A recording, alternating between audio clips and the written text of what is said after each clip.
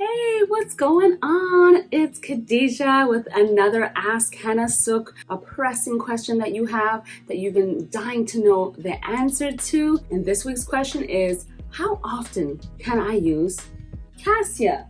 Yes, Cassia obovata. How often can I use this herb? Well, this herb is pretty gentle on the hair strands. It is actually very cleansing, strengthening, and just an overall good herb to use, especially a good beginner's Ayurvedic herb because it's really gentle and a great herb to start with for sure.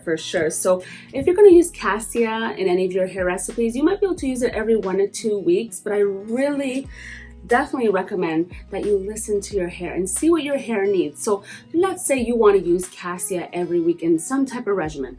Well, you can mix up the way that you're making your Cassia based on what your hair needs. So for example, if your hair is feeling really dry that week, then you need a lot of extra moisture in the Cassia recipe that you create, like such as honey, yogurt, coconut milk, extra aloe vera powder, extra fenugreek powder in there. Just a lot of moisture if your hair says it needs moisture.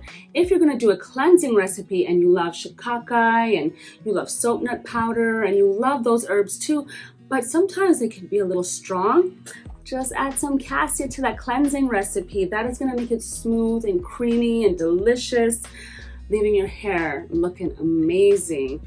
So it's all about what your hair needs, what your hair is telling you on how you're going to use the cassia, because you can't use it every week.